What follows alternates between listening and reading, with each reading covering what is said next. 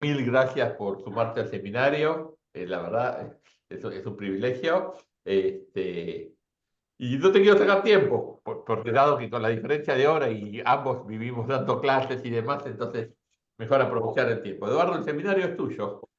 Y otra vez gracias Muy, por participar. muy bien, pues qué decir, Edgardo, la verdad es que es un verdadero placer y agradezco profundamente la invitación a ser parte de estas tertulias, de estos seminarios sobre educación y libertad.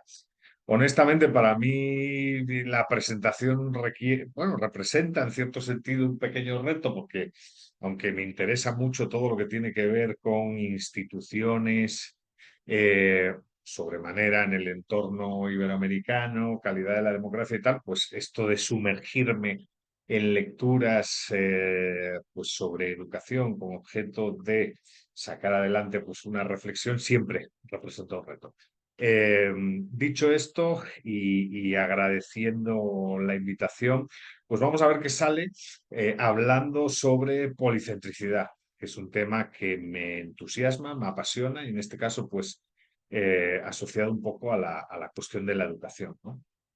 Claro, si tuviese que más o menos relatar de forma breve el objetivo de esta presentación, pues me gustaría, en primer lugar, introducir una reflexión sobre educación y Estado, que pues, obviamente no es nada nuevo, para posteriormente presentar una serie de críticas a la relación existente entre la educación y el Estado, críticas que provienen desde distintos enfoques teóricos y políticos, y luego pues ya sumergirnos en la cuestión estrictamente de la policentricidad, apelando por un lado a la obra de Michael Polanyi, por supuesto, y por otro lado a el trabajo de los Ostrom, pero particularmente el trabajo de Vincent Ostrom. Eh, claro, la idea es pues, mostrar que son muchos, desde distintos puntos de vista, los que defienden ese avance hacia una educación libre y podríamos decir desestatalizada y descentralizada, ¿no? Que sería lo interesante. Y bueno, empiezo por algo que quizás pues muchos ya conocen y muchos ya han leído, no solo por la fama del intelectual en este caso, sino por sus visiones muchas veces pues radicales y extremas, ¿no? En cuanto a libertarismo o libertarianismo se refiere, que es Murray Newton Rothbard. Como saben, es un autor pues muy prolífico, muy polémico y controvertido, y tiene un librito corto, sugerente, también radical y controversial, que lleva por título Education Free and Compulsory, ¿no? Claro, en este trabajo, que me imagino muchos quizás ya han leído, Rothbard sostiene que la educación pública y obligatoria, pública barra Estado y obligatoria, permite a la autoridad política y a la máquina burocrática imponer una uniformidad en el pensamiento y en las creencias de los ciudadanos, ¿no? Y en ese sentido, pues según él, el control estatal sobre la educación busca moldear, busca, en definitiva, fabricar individuos de acuerdo con unos determinados intereses de carácter político, promoviendo muchas veces conformidad, obediencia, en lugar de favoreciendo libertad individual y pensamiento crítico. Eh, en el fondo, esto, pues que se asocia, como bien saben, a la teoría libertaria, tiene algo de sentido. La crítica de Rothbard definitivamente tiene sentido.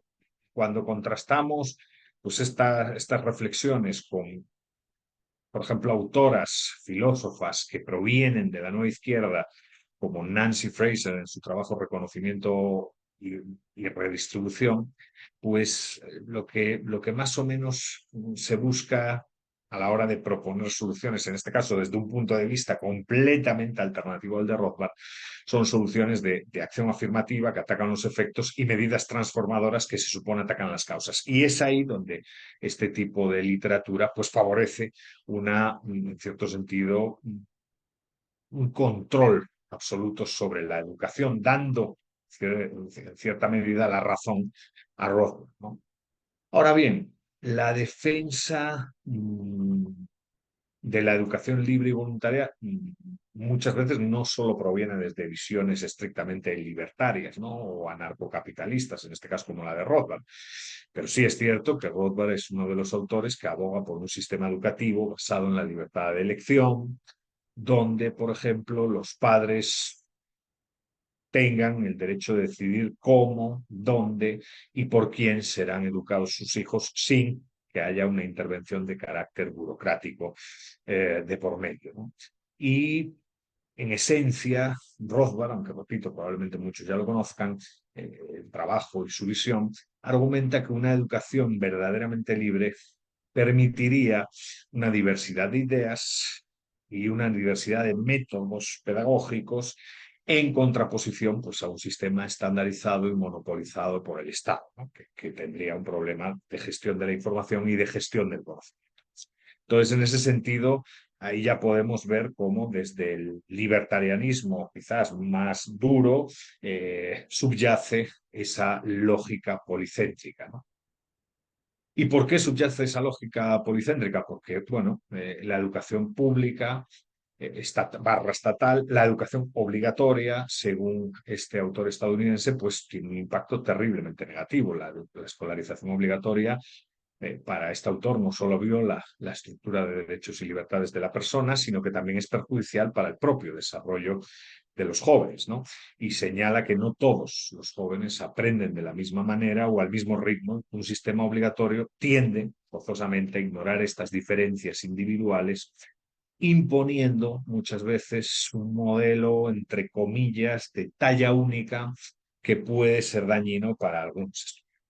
Es un poco la visión, pero bueno, no acaba ahí, ¿no? También hay una discusión de carácter, pues obviamente económica, que es importante y que también es buena tener en cuenta, ¿no? Desde una perspectiva económica, Rothbard básicamente considera que la educación pública obligatoria pues es ineficiente en cuanto a la asignación de recursos y por ello propone un sistema educativo libre de dicho control estatal, porque ese sistema sería más eficiente, ya que las escuelas tendrían que competir para atraer estudiantes, lo que mejoraría la calidad de la educación por un lado y reduciría los costos por otro.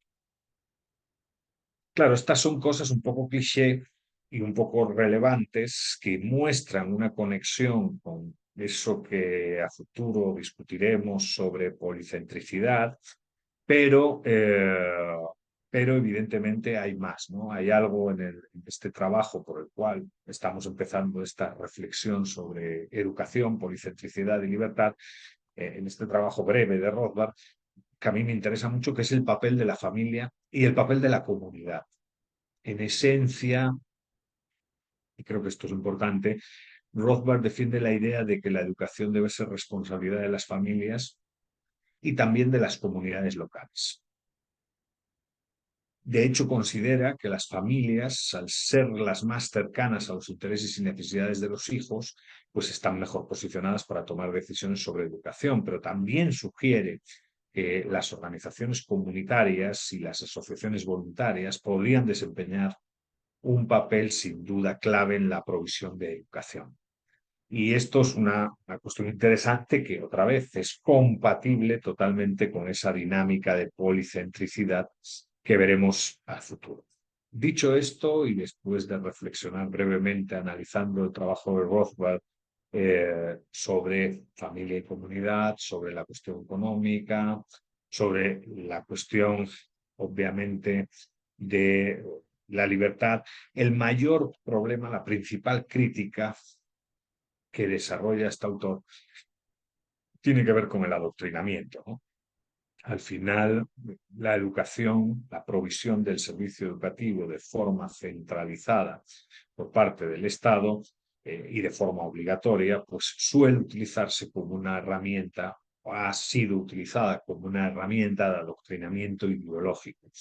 Y ese adoctrinamiento que impone una visión particular de la moralidad, de la historia, de la política, pues deja poco espacio para el disenso, para el derecho a disentir, y deja poco espacio para que haya realmente un debate sobre perspectivas alternativas de aprendizaje, ¿no? De lógicas de enseñanza alternativas. Esa es la gran preocupación y ese sin duda pues es un tema muy, desde mi punto de vista, muy interesante. En resumen, y por concluir este apartado, claro, la crítica es libertaria, no cabe duda de esto. La educación pública y obligatoria es vista como una violación a la estructura de derechos y libertades individuales y una herramienta, como decíamos, de control estatal. Y claro, para salir de ahí, pues hay que ver la baraja y promover un sistema educativo basado en la libertad de elección y en la competencia. Esa es la conclusión. Ahora, son muchos los que bueno, reflexionar sobre la obra de Rothbard, pues automáticamente apelan a cuestiones de carácter ideológico. ¿E importan las cuestiones de carácter ideológico? Pues no digo que no, pero es cierto que durante el siglo XX han existido infinidad de autores que de una forma u otra reflexionaron sobre cómo la educación pública barra estatal se ha convertido en un instrumento al servicio de aquel que gestiona el poder, ¿no? Y dichos autores no tienen por qué estar encuadrados estrictamente en en áreas pues, asociadas al liberalismo, al libertarianismo, ¿no? En esferas de acción intelectual y políticas pues, vinculadas al liberalismo. Encontramos, de hecho, eh, mucho pluralismo y muchos autores que, a lo mejor proveniendo de otras posiciones, incluso marxistas, son críticos de esa educación centralizada y monopólica, ¿no? Y defienden pues lógicas educativas de abajo a arriba más compatibles con eso que se entiende por policentricidad. Y esto sin duda pues es interesante y quizás sujeto de debate y discusión, ¿no? Y en ese sentido, pues repito, son bastantes los autores, ¿no? Un autor que ha llamado mi atención es John Taylor Gatto, un profesor, un ex maestro neoyorquino, convertido en su momento en crítico de la educación pública, ¿no? El libro es un libro interesante, lleva por título El currículo oculto de la educación obligatoria nos vuelve tontos, ¿no?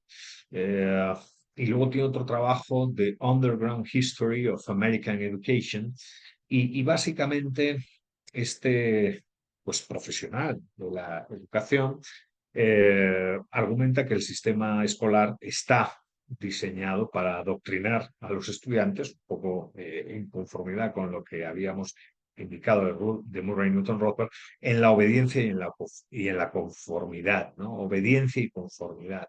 No hay en los modelos estatales de educación centralizados, monopolizados, una preocupación genuina por fomentar el pensamiento crítico o la independencia, ¿no? El propósito que subyace en la educación pública es básicamente, y esta es la crítica de Taylor Gatto, producir ciudadanos dóciles y, por otro lado, producir trabajadores obedientes que definitivamente pues, no cuestionen el orden establecido. Y este es uno de los autores que podemos citar, ¿no? Si queremos irnos más a la extremísima izquierda, que también podemos ir, ya que hemos presentado a Rothbard y muchos lo consideran así como excesivamente radical, pues Paulo Freire, estamos hablando de un educador brasileño, ¿no? En su obra Pedagogía del oprimido también señala que el sistema pues, es un sistema dirigido al control. Dirigido al control. Transferir pasivamente conocimientos sin cuestionamiento y esa transferencia pasiva de conocimiento sin cuestionamiento lo que refuerza son las estructuras de poder existentes, ¿no?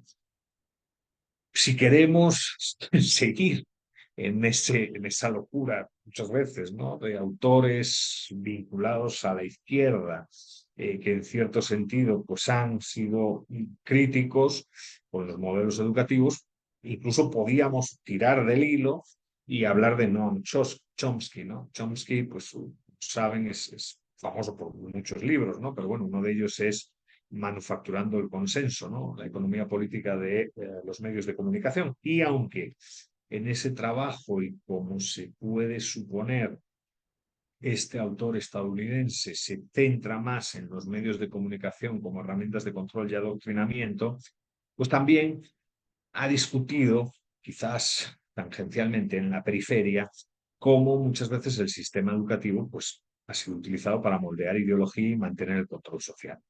Evidentemente, Rothbard lo critica de un lado, esta gente lo critica del otro, pero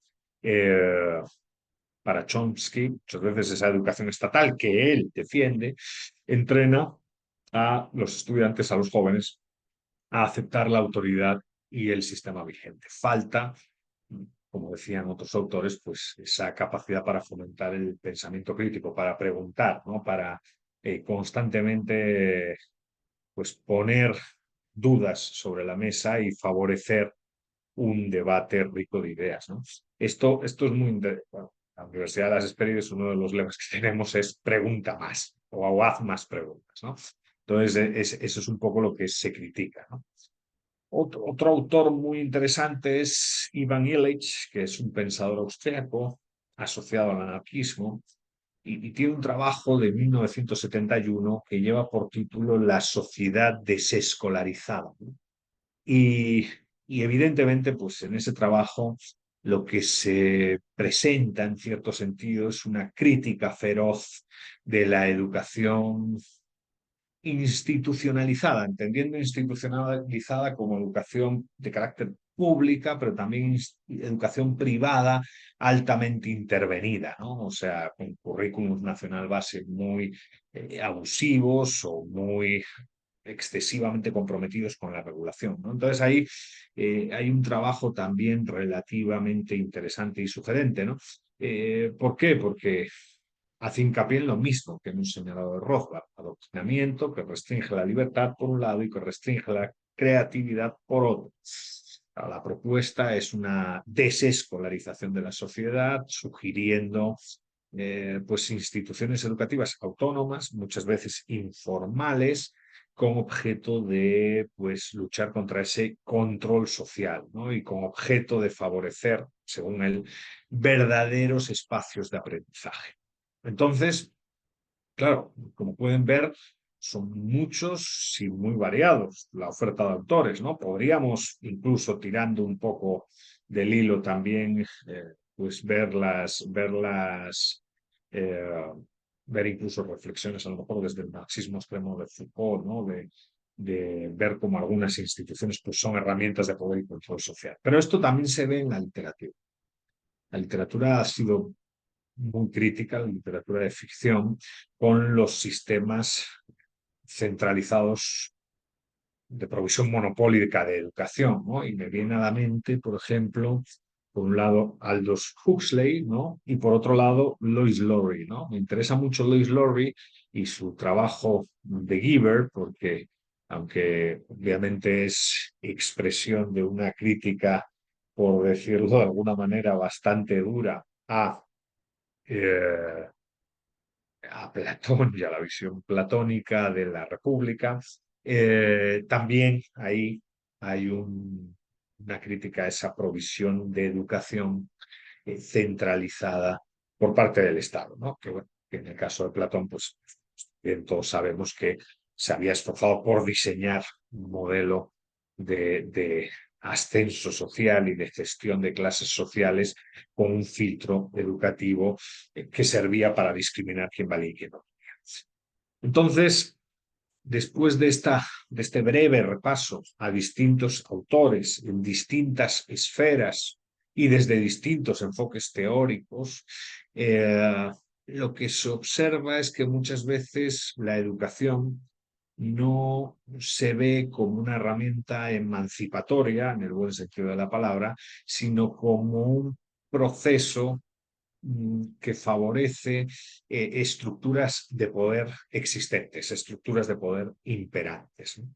Y eso evidentemente pues, es muy peligroso para la estructura de derechos y libertades de las personas y muy preocupante. Y es ahí donde empieza a tener sentido la idea de policentricidad. Claro, qué es la policentricidad? Pues es una pregunta importante a tener en cuenta. ¿Dónde surge el concepto? ¿No?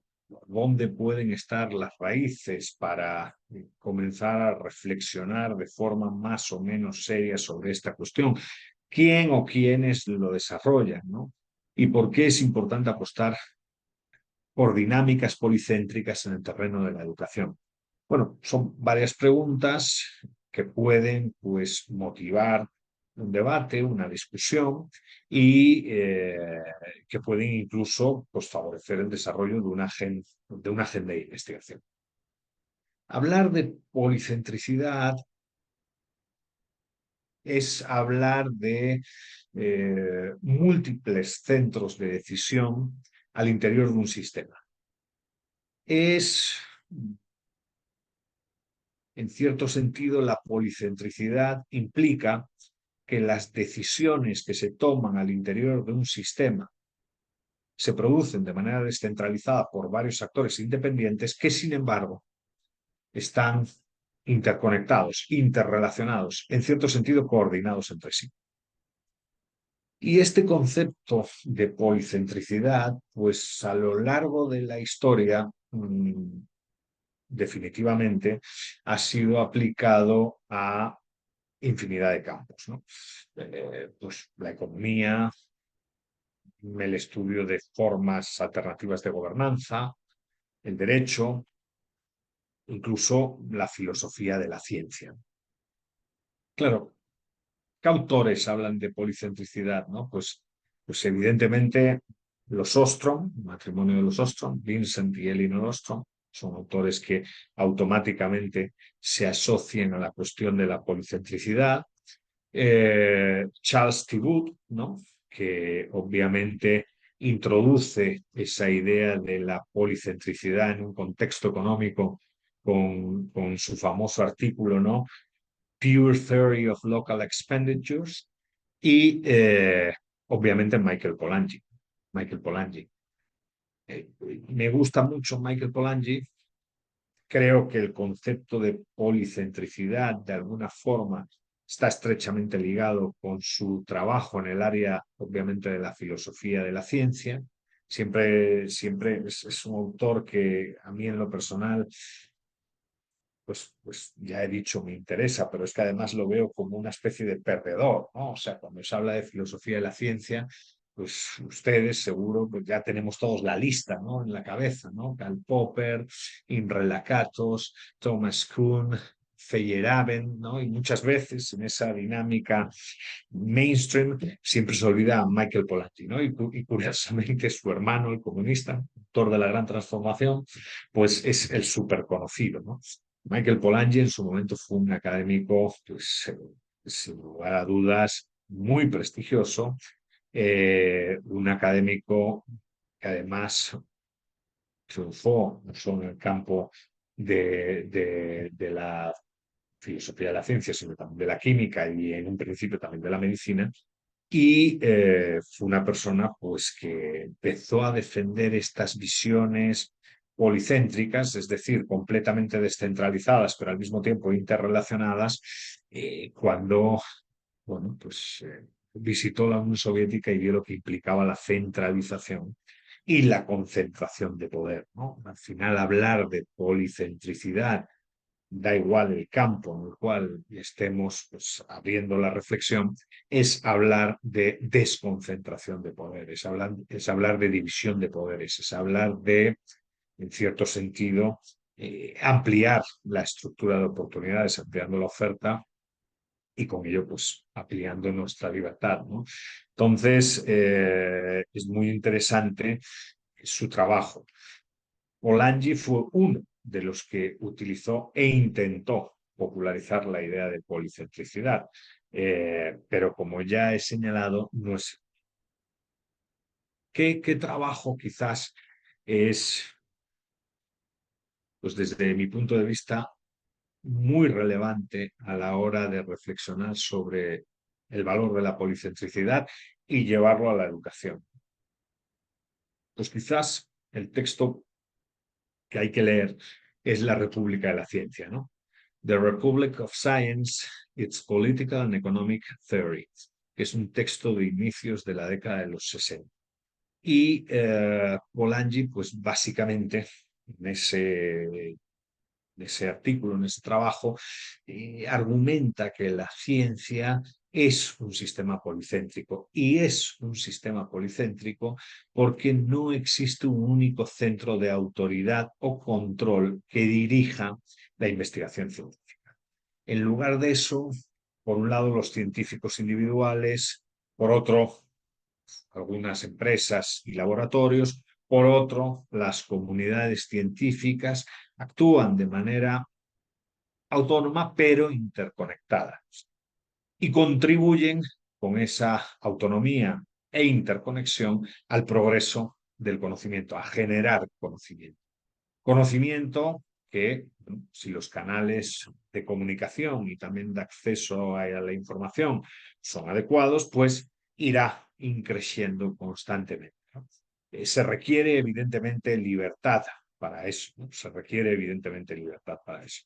¿Qué sucede con esta reflexión de Michael Polanyi? Que, como pueden suponer, pues esa reflexión de Michael Polanyi a día de hoy está en crisis, ¿no? Bueno, siempre quizás estuvo en crisis, ¿no? La Unión Soviética intentó pues fabricar una ciencia socialista de manera centralizada, ¿no? Pero es verdad que en ciencia idealmente deben de existir autoridades relativas conectadas entre sí, compitiendo unas con otras, ¿no? Eso es lo que a nivel teórico ofrece quizás Michael Polanyi. Y según Polanyi, esta estructura descentralizada y policéntrica es la que favorece un espacio para la creatividad y para la innovación. ¿Por qué? Porque en teoría permite la diversidad de enfoques, la crítica mutua y la autonomía en la investigación. Es por ello que quizás cuando leemos a Michael Polanyi, pues vemos un verdadero compromiso con la libertad, ¿no? Significa que la actual, digamos, provisión o producción científica es policéntrica. Pues todos sabemos que con base en la definición que da Michael Polanyi, probablemente no, pero lo que se ve es bueno, que lo que falta quizás sea libre discusión, ¿no? Y esto es mi opinión, con base un poco en lo visto durante el COVID, que como vimos el COVID, pues fue una generó una coyuntura política que contribuyó a una restricción de libertades a nivel global muy relevante. Y COVID lo que también pues, evidenció fue la incapacidad que muchas veces tenemos determinadas colectividades para discutir temas en libertad, ¿no? Es evidente la poca cultura de discusión y diálogo que existe, que lo estamos perdiendo y quizás eso está favoreciendo el desarrollo de tensiones autoritarias, ¿no? O de ciertos shocks autoritarios. Pero bueno, la cuestión es que la visión de Michael Polanyi, precisamente como reacción a lo que estaba sucediendo en aquellos momentos y antes en la Unión Soviética, pues es presentar una ciencia que forzosamente es policéntrica o no es. Claro, si no existe la policentricidad, no existe competición, no existe crítica, no existe autonomía en la investigación y, por tanto, no existe pluralismo y comparación de resultados. Entonces, ya no hay ciencia ni espíritu científico. Eh, ¿Es la ciencia el único campo que interesó pues, a los autores comprometidos con la policentricidad? Definitivamente no. Algunos ven el common law como un espacio de cooperación policéntrica, ¿no? Y la policentricidad pues también se llevó al estudio de la gobernanza, ¿no? Al estudio de cómo determinadas comunidades resuelven distintos tipos de problemas, ¿no? Y ahí pues ya he citado a los protagonistas o a la semilla original, autores como Vincent y Elinor Ostrom, que básicamente contribuyeron a desarrollar la idea de sistemas de gobernanza policéntricos para describir la gestión de bienes comunes donde múltiples organizaciones y niveles de gobierno cooperan de manera descentralizada con objeto de garantizar la sostenibilidad de recursos compartidos sin la necesidad de un control centralizado del mismo, ¿no? Una pues, reacción, si quieren verlo así, a el famoso paper de Harding de la tragedia de los comunes. En la gobernanza, claro, la policentricidad muchas veces implica que las decisiones se toman en múltiples niveles y por diversos actores, ¿no? Incluyendo gobiernos locales, comunidades, organizaciones no gubernamentales y otros, ¿no? Entonces, quizás es un campo distinto, pero sí es cierto que el trabajo es un trabajo de 1972, ¿no? Paper que curiosamente no firma Elinor, firma su esposo, firma Vincent. Es el paper este de Polycentricity, que se puede descargar en PDF en Indiana. Yo creo que es un documento clave para explorar el concepto dentro, en este caso, de la gobernanza y la organización social, ¿no? ¿Tiene valor este tipo de producción intelectual? Yo diría que sí, porque por un lado define y por otro lado defiende y justifica el enfoque. Y en cuanto a la definición, pues ya lo hemos comentado, ¿no? En términos generales. Quizás los Ostrom hacen una definición pues, a lo mejor más rigurosa, señalando que hablamos de un sistema con múltiples centros de toma de decisión que operan de manera independiente pero coordinada, sin que ninguno de ellos pues, ejerza un control absoluto sobre los demás, ¿no? Eh, Eso es una dinámica policéntrica, ¿no? Claro, estas lógicas policéntricas, cuando se comparan con los sistemas centralizados, pues el contraste es evidente, ¿no? Un sistema centralizado concentra el poder y la toma de decisiones en un solo lugar o autoridad, y Ostrom, Vincent en este caso, argumenta que los sistemas policéntricos suelen ser más flexibles, más adaptables y quizás más capaces de manejar la complejidad, ¿no? Y resultado de estas características, adaptabilidad, flexibilidad y capacidad para manejar la complejidad, eh, pues se descubren nuevas soluciones a nuevos problemas. Hay innovación en múltiples niveles y se permite experimentación también en múltiples niveles, ¿no? ¿Qué ventajas, qué ventajas si tuviésemos que enumerar pues, algunas ventajas de la policentricidad, ¿no? Pues bueno, creo que las ventajas subyacen en lo que he expuesto con anterioridad. En primer lugar, adaptabilidad y resiliencia, ¿no? Según los defensores de la policentricidad, en un sistema policéntrico, los diferentes centros de decisión pueden responder a los problemas de manera más adaptada a los contextos locales. Y esto, la capacidad de conectar con lo local, permite una mayor capacidad de ajuste y una mayor capacidad de respuesta ante condiciones cambiantes. Esto contrasta con un sistema centralizado que suele, teóricamente hablando, porque este paper es de esencia teórico, que suele ser más rígido y menos sensible a las variaciones locales. Entonces, adaptabilidad y resiliencia es una de las primeras características, una de las primeras ventajas de apostar por dinámicas policéntricas. Una segunda característica es reducción de riesgos. La policentricidad, en cierto sentido, reduce el riesgo de fallos, entre comillas, catastróficos, ya que no depende de un único punto. Si un centro de decisión falla, o quizás pues, apuesta por una decisión errónea, otros centros podrían corregir o compensar ese. Y luego el tercer punto, que ya ha sido señalado, es todo aquello asociado a la innovación. La existencia de múltiples centros de decisión fomenta la competencia y la innovación. Y en ese entorno socioespacial policéntrico se pueden probar diferentes enfoques y unos pueden aprender de otros, ¿no? Generando ese efecto bola de nieve, ese conocimiento para resolver determinados problemas.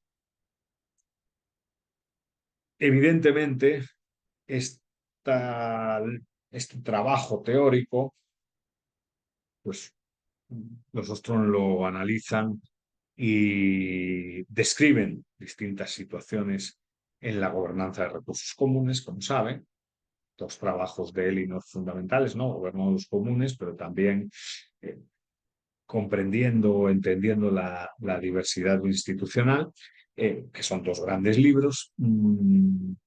Y son trabajos que presentan, por un lado, el fracaso de la gestión centralizada y, por otro, cómo en determinadas situaciones enfoques policéntricos permiten a comunidades locales, autoridades regionales y otras entidades participar de la toma de decisiones y favorecer una gestión más eficaz en la provisión de determinados servicios, ¿no?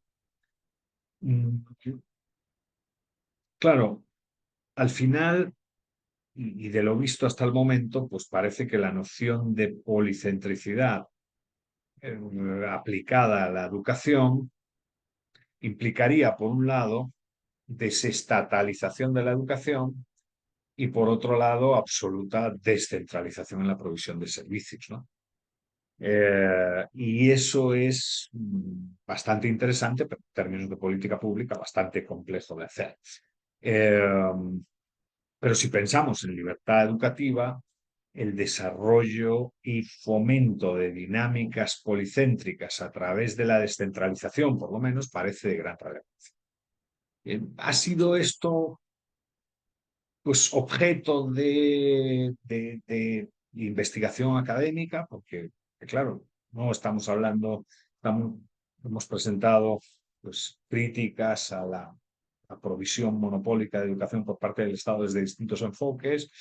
Luego hemos presentado la cuestión de la policentricidad, pero ¿es la agenda, digamos, de investigación vinculada a la policentricidad importante para la educación?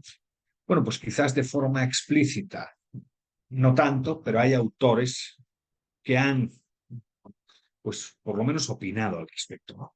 Y que nuevamente vienen de distintos enfoques teóricos y de distintas posiciones ideológicas, curiosamente, ¿no?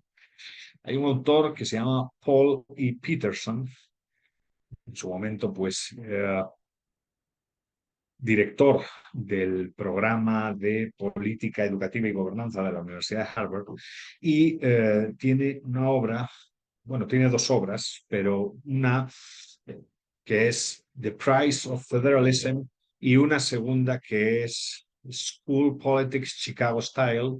Y básicamente Paul Peterson pues ha discutido cómo la descentralización y la creación, perdón, que estamos en una universidad y la gente habla mucho en otros cubículos, cómo Paul Peterson trabajó cómo la descentralización y la creación de múltiples centros de poder en la educación puede contribuir a una mejora de la eficiencia y la responsabilidad en la provisión de servicios educativos, lo cual es algo compatible con todo lo que hemos presentado alrededor de la policentricidad, ¿no? La descentralización, según este especialista, permite también, y es algo interesante, y ya señalado por los especialistas en policentricidad para otras áreas de intervención, permite a las comunidades locales adaptar la educación a las necesidades específicas de sus estudiantes. lo que en teoría contribuiría a una mejora en los resultados educativos en comparación con un sistema centralizado. Si vamos a otro tipo de autores más socialdemócratas, y de hecho, pues, país como Suecia, pues, como saben, tiene una educación pública muy estatal, muy poderosa, pero tiene gobiernos locales con bastante autonomía para, digamos, influir en qué se enseña y cómo se enseña, cual es interesante porque esos niveles de gobierno son más fácilmente controlables por la población. Y un autor como, por ejemplo, Gunnar Myrdal, pues discutió en su momento la descentralización en la educación, ¿no? Cuando habla de política pública y economía, si no recuerdo mal, en Education in the Welfare State, y abogó contraintuitivamente y curiosamente, por la creación de sistemas que sean sensibles a las condiciones locales y que permitan que las autoridades pues más cercanas a la persona disfruten de un mayor control sobre aquello, sobre la gestión de contenidos, ¿no? Y en cierto sentido, pues, a pesar de ser pues, posición socialdemócrata, este tipo de visiones se asocian también a la noción de policentricidad. Hay más autores, pues otro autor interesante es Henry M. Levine, un profesor de Columbia. Tiene un trabajo muy interesante que lleva por título Privatización de la economía. ¿Puede el mercado ofrecer opciones, eficiencia, equidad y cohesión social? Y este texto, que como pueden suponer, pues en parte es crítico, es un análisis pues, muy matizado de la privatización educativa, reconoce, aunque no está comprometido con el liberalismo ni cosas así, reconoce que la privatización ofrece un gran número de beneficios. La privatización y la descentralización absoluta en la provisión educativa ofrecen un gran número de beneficios, eh, aumentando la libertad de elección, mejorando la eficiencia en la provisión, en este caso educativa, y en algunos casos y contraintuitivamente incluso favoreciendo ciertos espacios de cohesión social. El libro pues no ofrece una respuesta definitiva sobre la privatización es la mejor opción o no para la educación, pero muchos de sus argumentos favorables están acorde, aunque no lo cita explícitamente, con eso que hemos denominado policentricidad. Otro autor que es compatible y que obviamente pues en un seminario sobre educación, y me consta que ya llevan muchos, pues también han leído a profundidad, es James Tully, ¿no? Al final, James Tully, pues, autor muy famoso, ¿no? La educación privada beneficia a los pobres, pero bueno, tiene otro tipo de trabajos, ¿no? The Beautiful Tree, Personal Journey to How the World's Poorest People are Educating Themselves. En ese trabajo, pues obviamente Tully estudia el proceso educativo, la provisión de servicios educativos en entornos donde la descentralización es esencial debido a la falta de un sistema pues, estatal invasivo, ¿no? O fuerte. Y su trabajo, pues, como saben, analizando la provisión de servicios en escuelas privadas de bajo costo en países en desarrollo, sugiere que la descentralización, pues definitivamente es una respuesta efectiva cuando los sistemas educativos centralizados no logran satisfacer las necesidades educativas de la población, lo cual pues, es una línea de investigación muy sugerente y atractiva.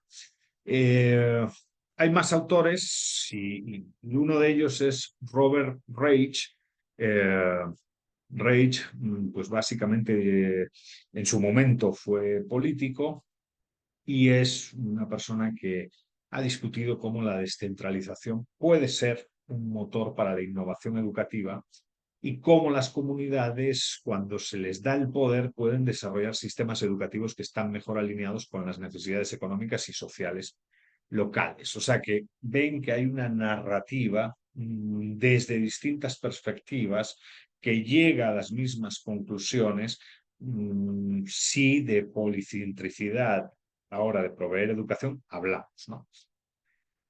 Otro autor muy interesante es Mark Ray, de la Universidad de Hong Kong, tiene un libro también interesante que lleva por título Decentralization of Education. Y bueno, al final, en este caso, se discute más la cuestión de la descentralización en la financiación de la educación y Bray pues, argumenta que la descentralización puede fortalecer la participación comunitaria en la educación, aunque también señala los riesgos de, pues obviamente, a lo mejor determinadas dinámicas desiguales si no se tienen pues una serie de recursos y una serie de capacidades en el entorno local, capacidades pues, obviamente humanas, ¿no? Personal cualificado, etcétera. Es un libro interesante este de Bray, de Decentralization of Education, porque al final habla de la descentralización educativa, habla de formas alternativas de financiación comunitaria que pueden ser interesantes y bueno, pues habla quizás eh, presenta varios casos, ¿no? En cuanto a descentralización de la educación se refiere, ¿no? Pero también reflexiona sobre riesgos, capacidades locales y rol del Estado. Ahora bien, el libro ofrece varias recomendaciones que pueden ser interesantes y que tienen que ver, pues, otra vez, con descentralización y con capacidad de innovación en cuanto a financiación comunitaria, ¿no? Con objeto de presentar también, pues, casos, ¿no? Casos a la hora de hablar, pues, de ejemplo de policentricidad en la educación, que sin lugar a dudas, pues es algo que puede ser interesante, ¿no?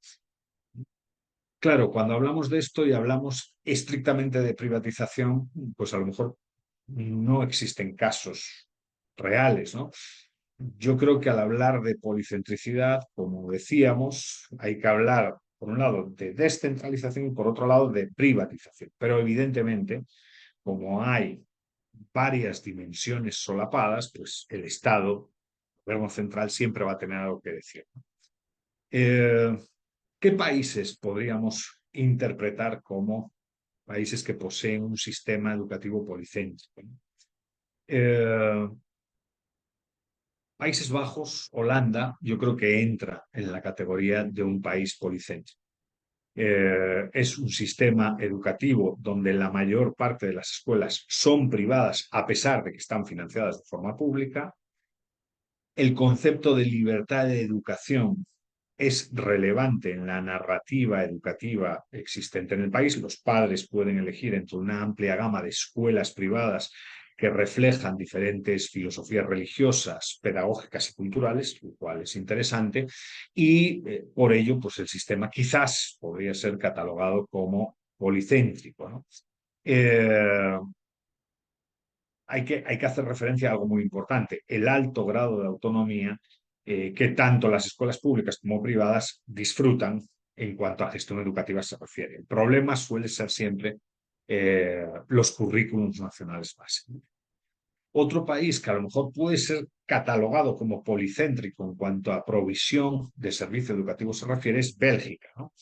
Es también un sistema educativo donde muchas de las escuelas son privadas, otra vez también reciben financiamiento público, eh, pero hay mucha pluralidad y relativa libertad para elegir, ¿no? Eh, Suiza también podría ser considerado como un entorno policéntrico en la provisión de educación, tiene un sistema educativo descentralizado donde los cantones disfrutan de una gran autonomía en la gestión educativa, pero evidentemente la mayoría de la educación es de provisión estatal, a pesar de que existe un sector privado notable, ¿no? Yo creo que el sistema suizo, que en general es un ejemplo de policentricidad en casi todas las áreas, es, desde mi punto de vista, altamente policéntrico, no solo porque los cantones gestionan sus propios sistemas educativos, sino también porque las escuelas privadas tienen una considerable autonomía, tanto en la administración como en la oferta educativa, ¿no? Y luego quizás podríamos hablar, aunque esto es un área para, una vez presentado el enfoque teórico, ir a los casos, Irlanda, ¿no? Pero claro, nuevamente, mucha escuela privada con financiación pública y con cierta eh, pues, regulación en cuanto a currículum nacional base se refiere, ¿no? Dicho esto, el sistema puede ser considerado más o menos policéntrico porque existen diferentes tipos de gestión educativa, ¿no? Hay mucho colegio religioso, pero hay colegio alternativo a esa oferta religiosa, muy variada, y pues evidentemente cuando uno ve la oferta, la diversidad es la norma, ¿no? Diversidad que refleja diferentes valores y enfoques pedagógicos dentro, eso sí, de un marco de financiación pública que siempre está en constante tensión. Eh, si vamos a lo mejor a otro tipo de países, pues a lo mejor encontraríamos menos intensidad policéntrica, ¿no? Pero al final esto no va de casos, son los casos que tocan pues parte de la literatura que he presentado al final. Lo importante quizás es, primero, apostar por un enfoque teórico del cual sabemos que hay unas virtudes evidentes y a partir de ahí pues empezar a diseñar, porque hay cierto ejercicio de diseño, cómo funcionaría una realidad policéntrica en un determinado espacio educativo. A modo de conclusión, policentricidad tiene que ver parcialmente con descentralización y tiene que ver definitivamente con privatización. Policentricidad, sobre todo para los defensores, pues es un concepto que favorece la innovación, la adaptación a distintas necesidades, la educación a la carta, la competencia y la diversidad y el pluralismo. Policentricidad es compatible con una noción de libertad. Por mi parte, nada más, me he extendido demasiado y me tengo que Sí, ir en sí, 9 minutos. yo ¿Qué es veía lo que la me hora y me preocupa? estaba preocupando, Eduardo, porque vos Sí, tenés que ir perdón, perdón. a tu clase. Estábamos justo por eh, decirle sí, sí. Quería para eh, dejarnos para algunas preguntas pero ahora al yo creo final. que eliminaría la sesión de preguntas porque son casi dos, no, acá en Buenos Aires es 1:22, vos tenés clase y media. Sí. Yo creo que nos disculpamos con quien han enviado preguntas, pero Eduardo tiene que estar dando clase en 8 minutos y también tiene que respirar en el medio. Eduardo, muchísimas gracias. No, un placer. Ha sido un verdadero lujo estar aquí y gracias por la invitación. Bueno, un abrazo fuerte y nos vemos en cualquier momento. Y gracias de vuelta. Muchas Un gracias a abrazo todos. grande. Chao.